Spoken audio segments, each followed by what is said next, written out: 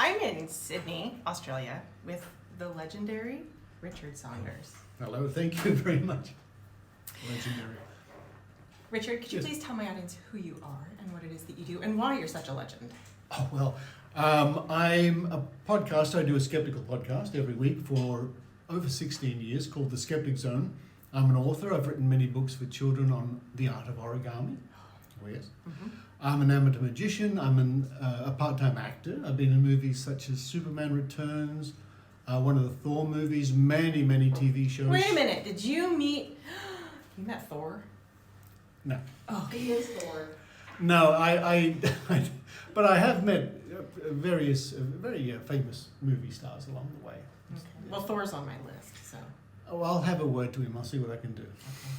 Okay. And I'm a skeptical investigator for the Australian Skeptics, the chief investigator. So I do many investigations into the paranormal, the supernatural, bizarre claims, consumer affairs, that sort of stuff. Okay, now I'm in Sydney because I have been speaking in Australia with the Australian Skeptics, Yes. of which you are a... I'm the chief investigator, for the organisation. Oh.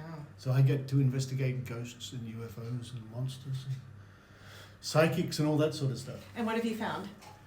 Nothing. Aw, that's a bummer. Nothing yet. Oh. We remain hopeful. Oh, have you seen Kenny Biddle's t-shirt that I designed for him? Probably you have to remind It's me. I hope it's a ghost this time. I want one. That sounds good. Always optimistic. I've been to places they say Australia's most haunted house. Oh. But there are apparently quite a few Australia's most haunted houses.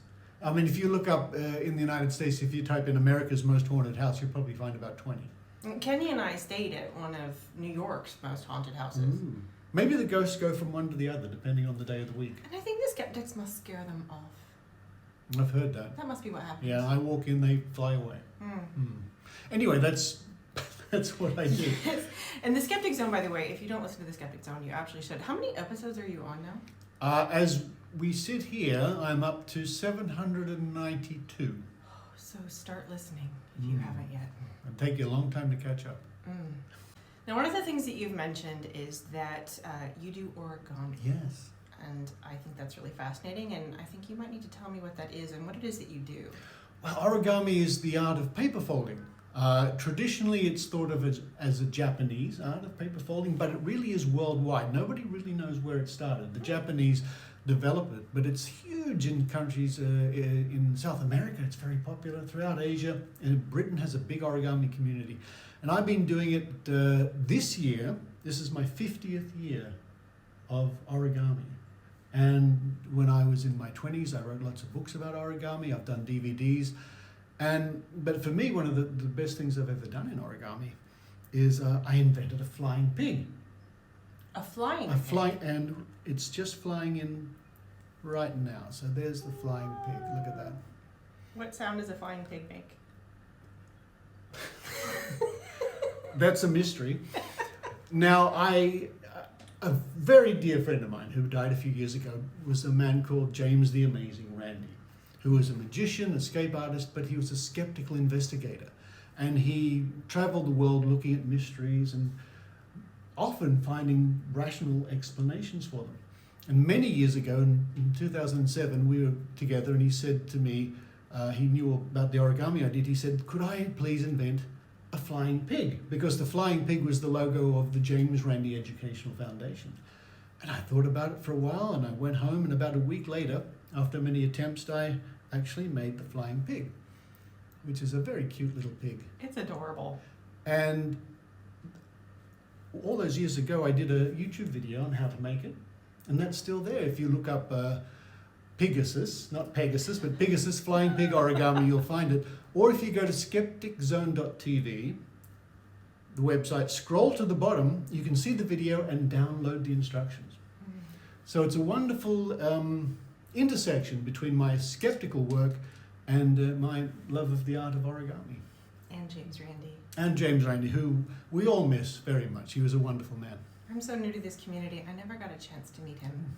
That's a pity. He was funny, he was entertaining, and he was very dedicated to increasing thinking, rational thought, investigation, his enemies loved to paint him as some mean old guy who didn't believe anything, but he was funny, he was very good company, and yeah, we all miss him.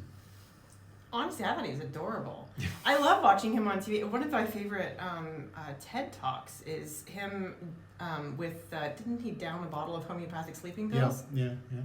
He inspired me and many others to do the same sort of talk, where we get lots of homeopathic sleeping pills, and because they're as good as sugar. Mm. So what are some of the bigger projects that the Australian Skeptics have worked on? Oh, over the years, the Australian Skeptics have done many interesting things, but I think one of the biggest projects took 12 years to complete. And this was a study of 20 years worth, or 21 years worth, of psychic predictions. And we call it the Great Australian Psychic Prediction Project. And we collected nearly 4,000 published psychic predictions about the future, and we analysed each one. And who did you find was a psychic? Maybe next year we'll find someone who's a psychic.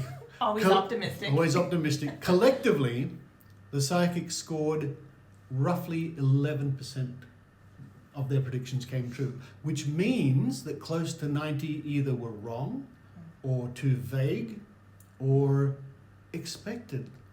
Honestly, somebody made one of their predictions that there would be earthquakes in California.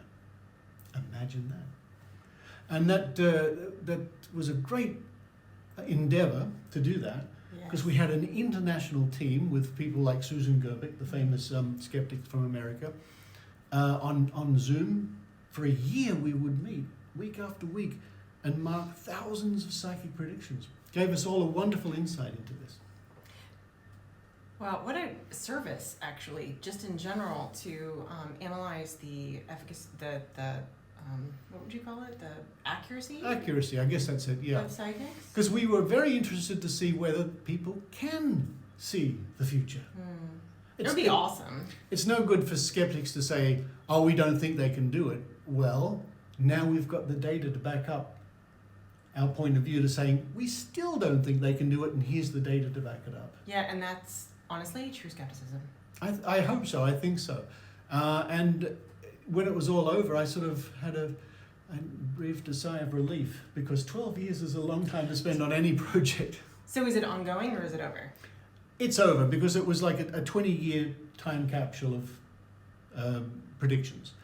Technically, we could still keep it going, but you know what? We've got so many data points, and I think our conclusions are pretty good, that there's very little point in keeping it going. Our conclusions are, as far as we can see, people really can't see what's coming. Well, and honestly, if you still think you can see the future, then there's a prize, right? Yes. We have, in Australia, we have $100,000 for anybody who can demonstrate a paranormal or supernatural power or ability. $100,000. Well, if I was psychic, I would try to win that. Honestly, I'd win the lottery. Win the lottery, it's that's millions of dollars. Yes. Well, in the United States, it's like $1 billion. That's crazy. Yeah. All right. Do I get to keep this? Well, let me see. Would you like to stay with Melanie? No. Yes. Thank you, Richard.